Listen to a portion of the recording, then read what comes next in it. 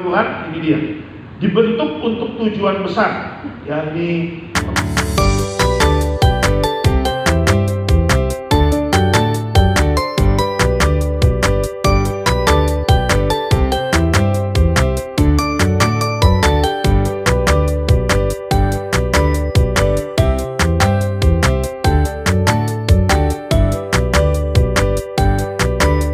Tuhan, ini dia.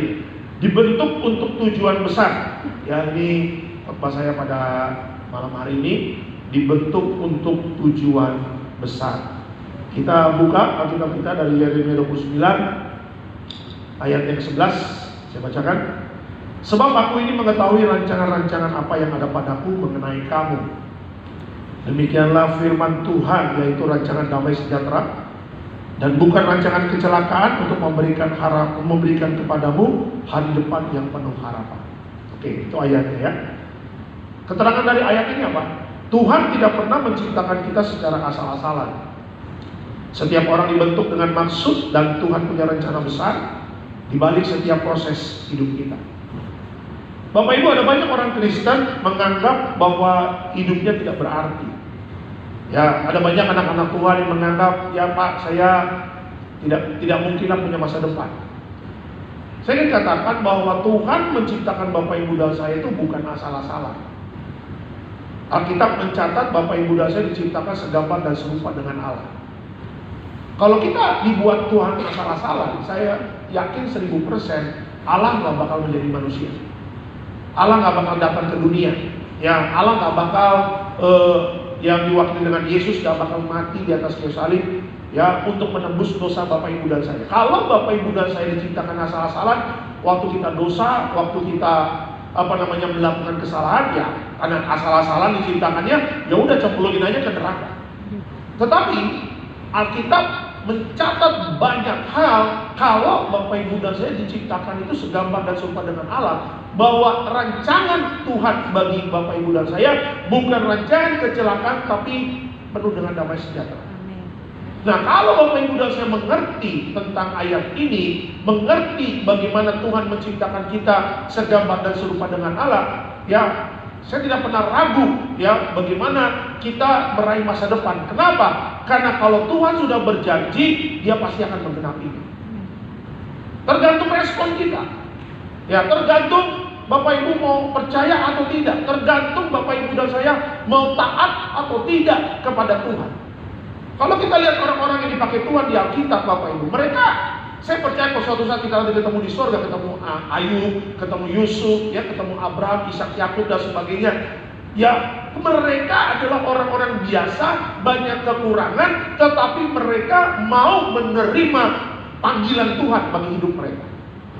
Coba bagi waktu mereka mengikuti aturan mainnya Tuhan, mereka mau taat dan setia, ikutin apa yang Tuhan mau.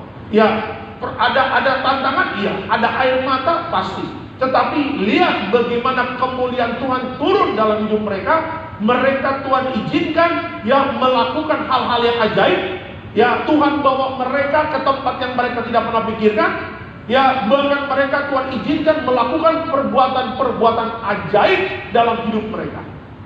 Coba lihat kayak Musa orangnya gagap, Bapak Ibu. Orangnya gak mau introvert, ya. Maksudnya kalau bergaul tuh dia malu-malu begitu. Ya, dia Musa itu lebih senang sendiri, ya kan? Lebih senang bergaul dengan binatang yang peliharaan mereka, ternakan mereka dan sebagainya. Tetapi untuk bergaul, untuk ngobrol sama orang, ya, dia adalah orang yang tertutup. Tapi lihat Bapak Ibu, orang yang tertutup, orang yang introvert, dia kan gak bisa ngomong banyak, gak pintar berkata-kata, tetapi Tuhan pakai Musa untuk menjadi pemimpin bangsa Israel keluar dari perbudakan Mesir. Bahkan Tuhan pakai Musa untuk fight lawan Firaun. Ya, Musa modalnya apa? Lawan Firaun, modalnya cuma tongkat. Ya, sampai ada tulah 1, tulah 2, tulah 3, tulah 4, sampai ada tulah ke-10. Bagaimana domba dipotong, darahnya ditaruh di ambang pintu, ya. Dan kalau nggak ada darah, malaikat maut akan ambil anak sulung, termasuk anak Firaun. Orang Mesir mati semua, tapi orang Israel tidak mati. Kenapa? Karena di ambang pintunya ada darah. Siapa yang memimpin itu? Musa. Ya, Jadi saya ingin katakan, jangan menganggap hidup kita ini ya begini-begini aja. Tergantung kita. Kenapa? Karena sorga sudah mencurahkan berkatnya, sudah mencurahkan semua apa yang sorga punya untuk kita. Tergantung kitanya mau ngambil atau tidak, mau respon atau tidak, mau taat atau tidak, mau percaya atau tidak. Ya, jangan sampai kita mati, kita nggak bisa melihat janji Tuhan gitu loh. Jangan sampai waktu kita mati ya hidup kita flat-flat aja. Padahal Tuhan kita luar biasa, Tuhan kita dahsyat. Ya, Tuhan kita ya tidak terbatas kuasanya. Masa orang Kristen hanya mendapatkan biasa-biasa, sementara Tuhannya luar biasa. Lihat anak orang kaya Bapak Ibu. Anak orang kaya itu mereka pasti push to the limit bapaknya. Ya, dia tahu bapaknya kaya, dia pesan mobil. Dia tahu bapaknya kaya, dia milih mobil-mobil yang terbaik. Dia tahu bapaknya kaya, saya nggak mau kuliah di Indonesia, saya mau kuliah di luar negeri. Ketika di luar negeri, karena tahu bapaknya kaya, saya mau tinggal di apartemen, di mansion, di apartemen yang keren, yang bagus. Kenapa dia bisa begitu? Karena dia tahu bapaknya kaya. Ya, dia push to the limit. Kalau perlu sampai kartu kredit bapaknya dia yang pegang, yang tidak terbatas itu. Ya, saya berapa kali ketemu ada jemaat yang diberkati luar biasa lah. Itu sampai kasih kartu kredit ya buat anaknya sekolah di luar negeri. Ya, kartu kredit itu hitam Bapak Ibu warnanya. Tapi tidak terbatas kuasa dari kartu itu. Jadi anaknya tinggal gesek.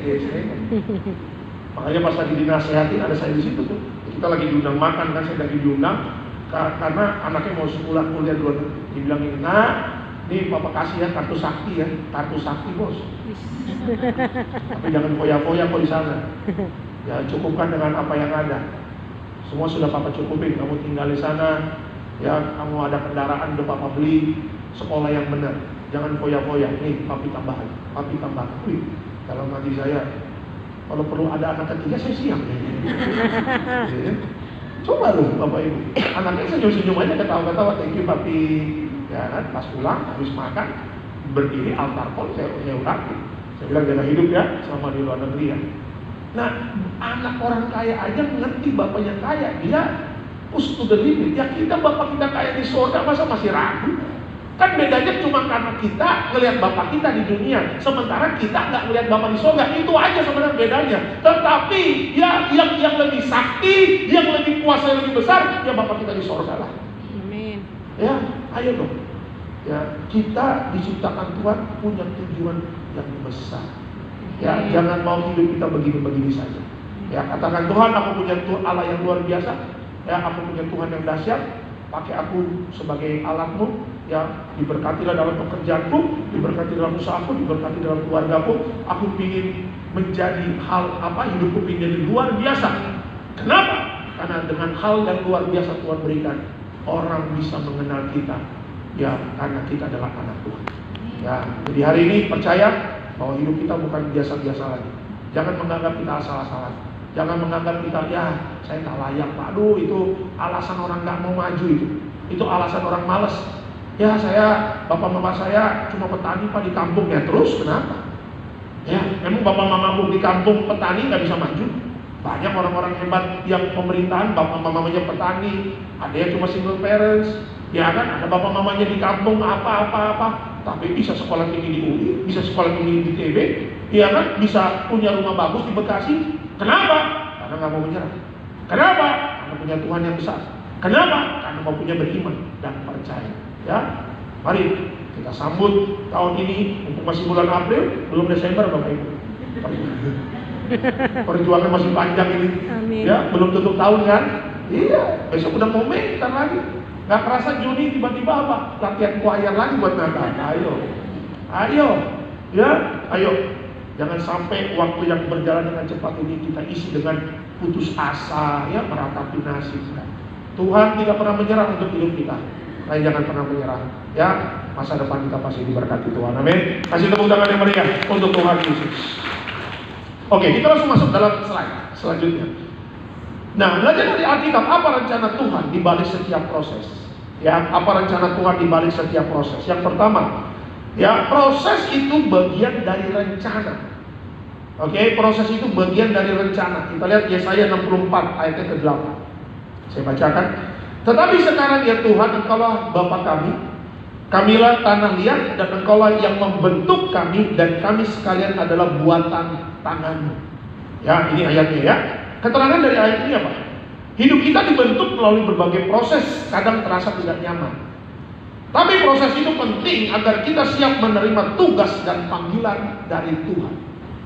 Ya, Yesaya mengerti bahwa sebelum dia diangkat naik sama Tuhan menjadi seorang nabi yang luar biasa namanya Yesaya mengatakan apa? Bahwa dia, kamilah tanah liat, Engkaulah yang membentuk kami, kami sekalian adalah buatan tangan.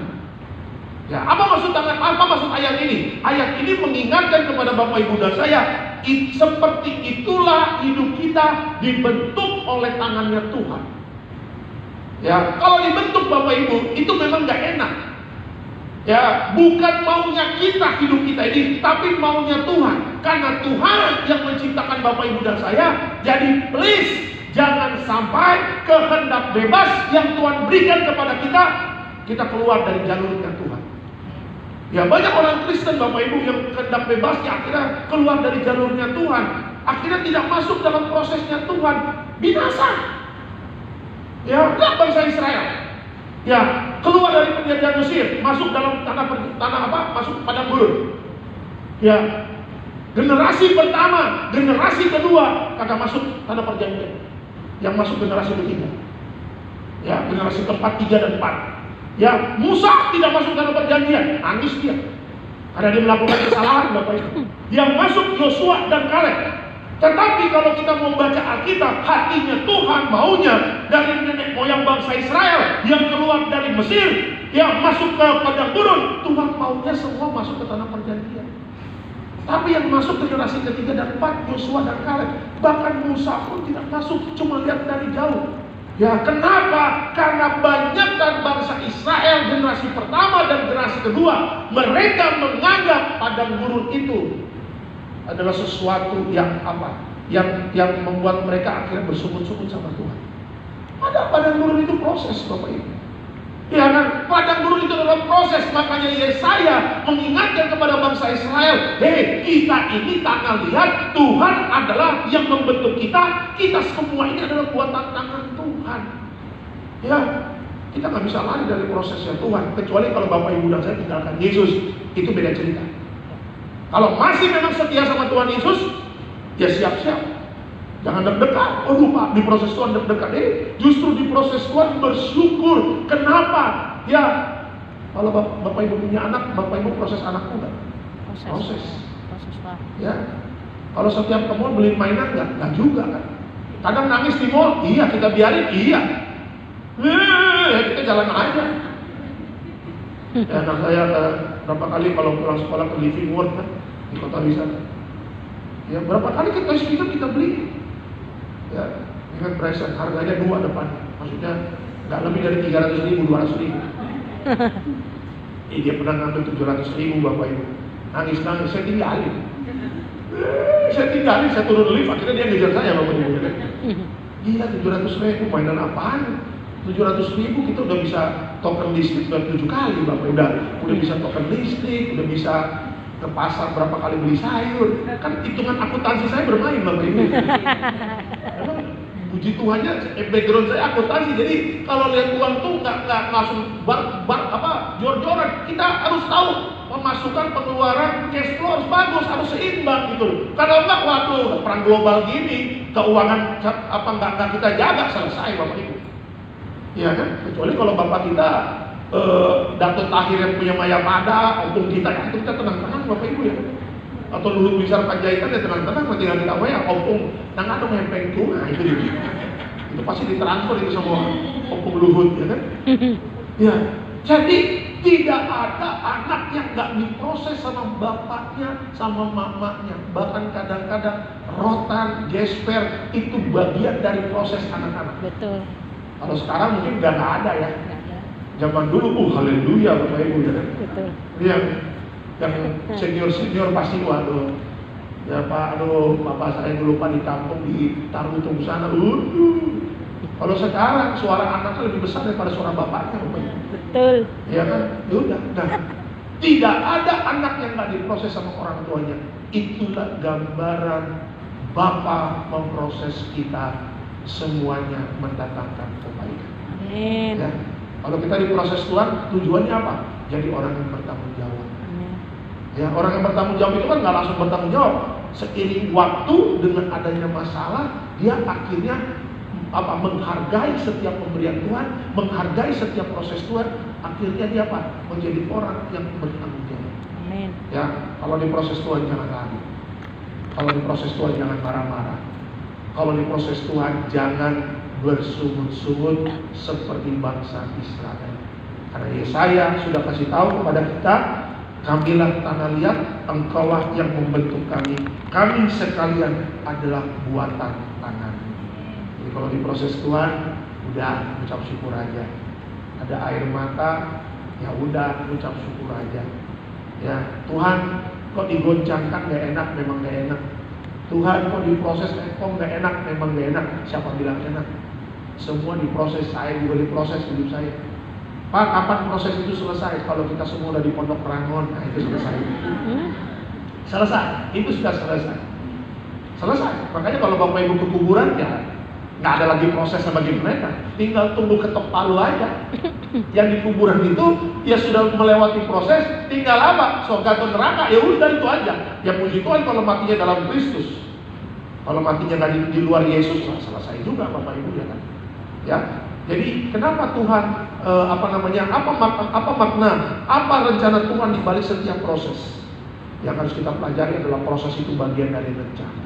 Ya, kalau Tuhan sudah kasih planning, kasih rencana buat kita, langkah awalnya adalah kita diproses. Ya, jadi nikmati saja prosesnya Tuhan. Sambil kita mengucap syukur, sambil jaga iman dan tetap percaya kita ada dalam rencananya Tuhan. Ya, itu yang pertama. Yang kedua, apa makna, apa rencana Tuhan di balik setiap proses? Yang kedua adalah Tuhan membentuk karakter sebelum menyerahkan tujuan. Oke, Tuhan membentuk karakter sebelum menyerahkan tujuan. Kita lihat Roma 5, 3-4. Dan bukan hanya itu saja, kita malah berbangga juga dalam kesengsaraan kita. Karena kita tahu bahwa kesengsaraan itu menimbulkan ketekunan. Dan ketekunan menimbulkan tahan uji, dan tahan uji menimbulkan pengharapan. Ya, yuk keterangan dari ayat ini apa? Sebelum Tuhan mempercayakan hal besar, Ia terlebih dahulu membentuk hati kita. Tanpa karakter yang kuat, berkat bisa berubah menjadi beban. Proses membentuk kita jadi pribadi, ya, jadi pribadi yang layak dipercaya.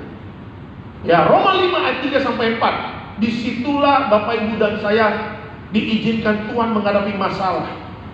Ya, menghadapi proses, tetapi menghadapi kesengsaraan. Tetapi kesengsaraan yang Tuhan izinkan menghasilkan apa? Ketekunan. Tuh, lihat. Karakter tekun cari Tuhan.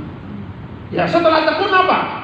Ketekunan menimbulkan tahan uji, dan tahan uji menimbulkan pengharapan. Ya, ketekunan, karakter ketekunan. Ya kan, setelah itu ya karakter tahan uji dan tidak pernah lepas dari pengharapan kepada Tuhan. Di dalam hidup kita ada nggak karakter ketekunan? Di dalam hidup kita ada nggak karakter tahan uji? Dan tetap nggak kita mempunyai pengharapan kepada Tuhan? Yang bisa jawab ya pribadi lepas pribadi. Ya, nggak bisa kalau cuma datang ke gereja modal bisnisnya lagi drop, cuma modal altar kola, terus kayak berjudi aja. Yang penting maju dulu, siapa tahu gol nih bisnis besok kan. Nggak bisa. Ya mohon maaf ya, saya banyak bertemu dengan jemaat yang ya siapa tahu doanya Pak manjur nih. Nah itu saya ingin katakan, kalau ada yang altar kok cuma berharap doa pendeta manjur, tapi hidupnya nggak tekun cari Tuhan, hidupnya nggak tahan uji, dan hidupnya nggak punya pengharapan kepada Tuhan, please, kau pasti akan kecewa. Ya, ujung-ujungnya kecewa sama pendeta nggak ada kuasa. Nah, elunya nggak ada tekun cari Tuhan. Ya, elunya nggak tahan uji, elunya nggak punya pengharapan kepada Tuhan. Kita nggak usah ngomong mujizat itu nyata, tiada perkara mustahil bagi Tuhan. Udah punya nggak karakter seperti ini? Ya, lagi ada padang gurun dalam proses kehidupan kita, tekun nggak cari Tuhan? Ya, gimana doanya? Gimana baca Alkitabnya? Gimana saat teduhnya? Gimana jaga pertobatannya? Gimana jaga kekudusannya? Hal-hal yang tadi saya katakan itu hal-hal yang Tuhan mau dalam hidup kita. Ya kalau nggak tekun ya repot. Akhirnya nyalain orang, akhirnya nyalain gereja, akhirnya nyalain pendeta, akhirnya nyalain ini. Kata Tuhan, gila ya orang ini. Dia yang nggak tekun dia nyalain orang, dia yang nggak tekun dia nyalain gua. Kata Tuhan, lu malaikat bagi penduduk kamu gimana? Ya kita kerjain aja bos. Udah makin sulit hidup. Ya kan? Akhirnya kecewa sama Tuhan, gak ke gereja. Jadilah Kristen Napas, Natal dan Paskah. Betul. Nah Paskah kemarin kan banyak yang muncul tuh. Betul. Saya pengen cek nih minggu besok nih ya. Di Betos nih sepenuh kayak kemarin ya. Sepenuh Jumat Agung nggak? Sepenuh Paskah. Jangan-jangan udah pengangkatan lagi Bapak Ibu. Ya kalau Kristen napas nih susah lah lihat mujizat. Mohon maaf ya, saya nggak bisa atur kata-kata yang baik. Kristen napas, Kristen Nataru, Natal tahun baru, apalagi Kristen Pentakosta yang cuma pencurahan Roh Kudus di hati itu lebih dahsyat lagi setahun sekali Bapak Ibu. Saya ingin katakan jangan pernah mimpi mujizat terjadi dalam hidupnya, karena kau tidak mengeluarkan, tidak menghasilkan karakter yang tekun. Ya, tahan uji, wah kita semua sedang diproses sama Tuhan. Tahan uji nggak bos? Ya, tahan uji nggak kita? Lihat Ayub, dia tahan uji. Ya, habis semua hartanya, udah kena penyakit, istrinya juga marah. Orang dalamnya juga, mana Tuhan Ayub? Katanya mau nolong mana? Ya, sampai Ayub bilang, lu jangan mau berkatnya aja. Lagi situasi sulit begini, kita harus tetap setia. Ayub itu tahan uji, Pak. Ya, Yusuf tahan uji, Daniel tahan uji, Sadrak, Mesak, Abednego. Tadi saya hari ini baca tentang mereka. Ya, saya udah kepikiran nih kayaknya minggu depan saya mau khotbah tentang mereka. Kenapa Daniel sama Sadrak, Mesak, Abednego dikatakan 10 kali lebih cerdas dari orang dunia?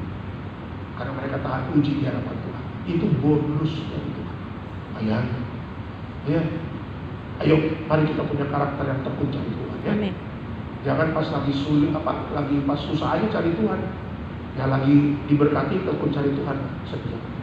Tahan uji, jangan pernah mundur dalam perjalanan iman dan tetap menjaga pengharapan. Orang yang berharap kepada Tuhan tidak mungkin kecewakan. Amin. Amin. Ya karakter inilah yang Tuhan mau, ya yang Tuhan mau ada dalam hidup kita. Kalau Tuhan sudah membentuk karakter ketekunan, di dalam hidup kita ada karakter ketekunan, ada karakter tahan uji, dan tetap setia dalam pengharapan kepada Tuhan. Di situ nanti Tuhan baru menyerahkan tujuannya kepada kita. Artinya siap-siap kita dipercaya sama Tuhan. Amin. Ya, levelnya naik, dipromosikan sama Tuhan. Kan ibarat kantor ya. Kalau masih karyawan 2 bulan training, gak mungkin langsung dikasih hal yang besar sama bos. Sama bos dikerjain paling, suruh fotokopi aja dulu, fotokopi file. Kamu karyawan baru ya? Iya Pak. HRD kan, tolong fotokopi dulu ini file. Kemana Pak? Itu di depan kantor. Turun lagi, udah beres naik lagi. Udah fotokopinya udah Pak. Bisa fotokopi lagi? Bisa Pak. Gitu kan. Jadi 1 hari itu fotokopi terus. Ya, jadi HRD juga pengen lihat ini orang tekun nggak kan? Ya. Saya ingat 2011 Bapak Ibu, waduh, pelayanan saya kemana-mana. Ibadah cuma Jadwal 3 berempat ya tekun aja. Ke Palangkaraya kirim siap, ke Pontianak kirim siap, ke Medan kirim siap. Dulu kan kita pendeta apa? Antar kota, antar provinsi. Cuma kerennya naik pesawat aja Bapak Ibu, naik pesawat aja, ya kan? Setia aja. Ya, dari jam 4 naik 5, ya, naik 6, setia aja, khotbah aja nggak bikin jadwal. 7, naik 7 nih sebelum Papa Raji meninggal tuh. Saya naik 7 tuh Bapak kasih saya. Dan yang ke-8 ibu telepon saya. Alek jam 12 siang jadwal masih kosong ya? Iya Bu. Saya tambahin Karawaci. Bisa? Bisa aja Bu. Iya. Karawaci lu jauh lu. Jam 12 Karawaci, jam 2 di Suster. Haleluya. Haleluya. Makanya kalau kita di Betos itu sebenarnya ibarat handphone itu saya udah sesi Betos kan sesi 6 ya. 7-nya Sarbini, 8-nya Galinia. Itu ibarat handphone udah 20% baterainya. Iya, makanya kalau di mobil tidur, kadang tim saya bilang ada makanan apa? Ada ini Bang, ya di mobil kita makan. Ada jemaat yang ngasih kan, paletnya ada mie ayam bakti, boleh. Kayak kemarin ada yang nasi goreng sama nasi capcay. Udah. Saya makan nasi gorengnya di mobil sambil jalan. Capcaynya saya makan di Sarbini. Biar ada kekuatan gitu. Bisa. Gardenia, waduh. Kemarin aja naik mimbar saya hampir 9.15. Pendeta Marcel telat mulu itu Pendeta Marcel. Emang iya. Ya udahlah. Ya, kelar jam 10 saya. Ya, 10.30 beres. Doain jemaat jam 11 beres. 30 menit. Iya.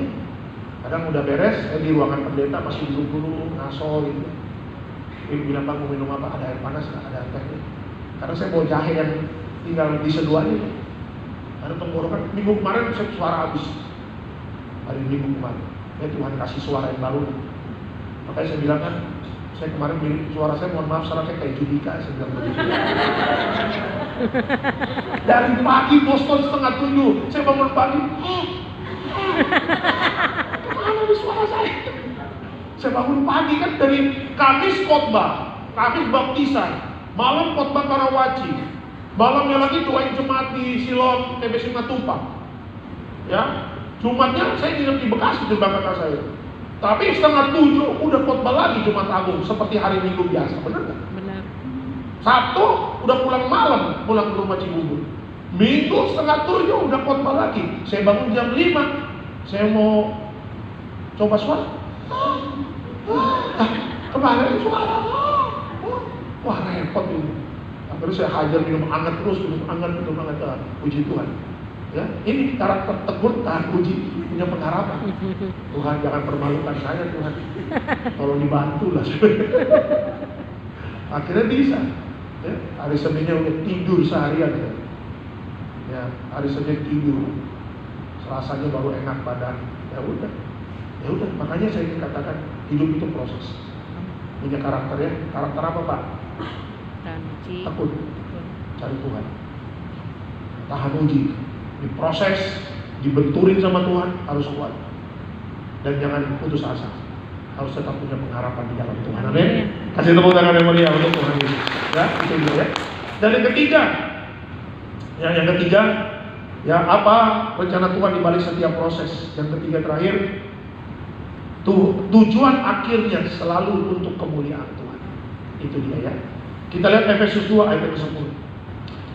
Karena kita ini buatan Allah, diciptakan dalam Kristus Yesus untuk melakukan pekerjaan yang baik. Yang dipersiapkan Allah sebelumnya, Ia mau supaya kita hidup di dalamnya. Ya. Saya ingat Papa Raji selalu ingatkan kepada kita. Kita yang sudah ditebus oleh darah Yesus, perbuatan baik itu mengikuti kita. Ya, jadi dengan kata lain, kalau kita yang sudah ditebus Jumat Agung kemarin, ya kita dengar khotbah pendeta, darah Yesus sudah menjadikan kita ciptaan yang baru. Yesus bangkit hari yang ketiga, ya artinya kita punya pengharapan. Jangan pernah capek-capeknya berbuat baik. Karena apa? Karena di dalam perbuatan baik kita yang Tuhan izinkan di dalam pekerjaan, dalam usaha dan semuanya, Alkitab mengatakan apa? Dipersiapkan Allah sebelumnya supaya kita hidup di dalamnya. Artinya kita diciptakan Kristus untuk melakukan pekerjaan yang baik. Jangan lagi menjadi ciptaan yang lama. Ya. Kalau kita nanti mati Bapak Ibu, kita mati. Orang Kristen tuh mati, puji Tuhan, yang jemput malaikat surga. Ya. Kalau yang matinya di luar Yesus, dia nggak bisa tembus ke atas Bapak Ibu. Nggak bisa tembus karena yang bisa bawa ke sana itu harus pihak surga. Yang angkat dia bawa ke Firdaus. Jadi kalau nggak ada juru selamat, Tuhan nggak kasih perintah malaikat untuk jemput dia karena dia nggak percaya sama Yesus. Jadi rohnya itu di dalam dunia Bapak Ibu. Makanya suka ada roh melayang-layang kan. Roh kan melayang-layang di udara itu. Roh teritorial dan segala macam. Ya itu. Jadi dia tuh hanya mentok ya keluar di tubuh ya, makanya setan yang ambil dia. Ya, jadi kalau kita naik ke surga Bapak Ibu, kita naik di surga, dijemput sama malaikat, itu perbuatan baik kita akan ngikut. Akan ngikut. Nah disitulah nanti poin-poinnya Bapak Ibu dan saya untuk mendapatkan mahkotanya, pembagian hadiahnya, perbuatan baik itu sebagai nilai plus dalam hidup. Nanti Pak dicek kan, kata Tuhan, yang kamu angkat siapa? Ini. Nah, kok nggak ada perbuatan baik? Bagaimana malaikat tuh salah ngambil kali? Iya kan? Kata malaikat, kata Tuhan, ini udah ditebus oleh darah Yesus, mulutnya masih jahat. Iya kan? Udah ditebus oleh darah Yesus, masih ngegosip. Udah ditebus oleh darah Yesus, masih tipu dan sebagainya. Mana pekerjaan baik, perbuatan baiknya? Orang Kristen berbuat baik bukan untuk selamat, tapi buah dari kita sudah diselamatkan. Kalau orang dunia berbuat baik untuk selamat, beda konsep. Ya, makanya kalau sudah ditebus, jangan menjadi orang yang jahat lagi. Ya, punya karakter yang baik. Ya, mengampuni, ya, kita rendah hati, bergaul dengan siapa saja. Jangan menganggap rendah, ya, jangan menganggap sekolah lu SMP, gua S2, lu rendah, enggak. Jangan begitu. Ya, ijazah itu kan cuma kertas Bapak Ibu. Yang kita figurain taruh di kamar, lu udah selesai. Teman saya banjir, ijazahnya hilang juga Bapak Ibu kan. Padahal ijazah S2 nggak selamatin juga, ijazah hilang juga, bagaimana? Ya kan? Ijazah itu kan membuktikan karena kita sudah kuliah, sudah sekolah, itu aja bukti. Kita sudah kuliah, kita sudah sekolah, ya ada ijazah. Tetapi dalam terjun ke masyarakat, bukan ijazah itu yang menolong kita, karakter kita yang menolong kita. Kita mau berbuat baik kan? Ya, kita mau melakukan apa yang Tuhan ajarkan. Nah itu tujuan dari Tuhan membentuk kita. Ya, makanya berbuat baik terus selama masih ada nafas kehidupan. Ya, suatu saat kan kalau kita mati kan orang akan kenang kita, benar nggak? Ya, wah, waktu kita datang ke rumah duka, kenapa ke rumah duka? Baik orang ini, suka tolong orang. Pas kita ada yang meninggal, rumah dukanya sepi, ngapain kita ke sana? Dia waktu masih hidup jahat, ngapain? Iya kan? Ngapain? Dulu kita disikat sama dia, ya kan? Dulu kita ditipu sama dia, makanya pas mati rumah dukanya sepi Bapak Ibu. Pas dikubur cuma keluarga sama pihak TPU. Teman-temannya pada nggak ada, kenapa? Semuanya dirugiin sama dia. Mau kita mati kayak begitu? Enggak lah. Ya. Suatu saat kalau kita mati ada nisannya kan, keluarga datang, baik orang ini. Ya, saya ada yang suami udah meninggal, itu kan istrinya datang sama anaknya. Ayo kita ke kuburan papa, ayo kita kasih. Wah, mama yang bilang, papamu ini paling baik sedunia. Wah, iya, oh iya Pak, iya. Romantis ya. Rokok makan gratis. Iya, kasih bunga bagus. Coba kalau, ayo Pak ke kuburan papa. Papamu setan ya. Gak bakal ke kuburan papa aja, gak bakal ke kuburan suaminya itu. Mau kuburannya ada rumput-rumput liar, bodo amat, nggak dipangkas, nggak dirapiin. Tapi kalau suaminya baik, dia pasti sebulan sekali datang atau gimana. Sudah tinggi-tinggi nih, kita rapiin, kita bikin bagus, kita bersihin. Kenapa? Karena kita tahu waktu masih hidup. Ya, ingat, Kita sudah ditebus, perbuatan baik itu harus ada dalam hidup kita. Ya, jangan jahat sama orang, jangan bohong kalau bisnis. Ya, jaga pertobatan, jaga kekudusan. Itulah perbuatan baik kita. Amin. Itu dia ya. Sebagai kesimpulan dalam khotbah saya pada malam hari ini, Tuhan membentuk kita karena ada tujuan besar yang sudah Dia siapkan. Tetap percaya dan setia dalam proses. Selamat malam, Tuhan Yesus memberkati. Kita beri kemuliaan untuk Tuhan Yesus. Kita berdoa. Terima kasih Tuhan Yesus untuk firman-Mu pada malam hari ini. Sebentar kami akan perjamuan kudus, tapi sebelumnya kami mau memberkati pekerjaan Tuhan. Diberkati kau di kota, diberkati kau di ladang, diberkati setiap keluar masuk. Tuhan beserta kita. Apa yang kita kerjakan Tuhan berhasil. Dan siang memberkati pekerjaan Tuhan dalam nama Tuhan Yesus. Sama-sama kita katakan amin.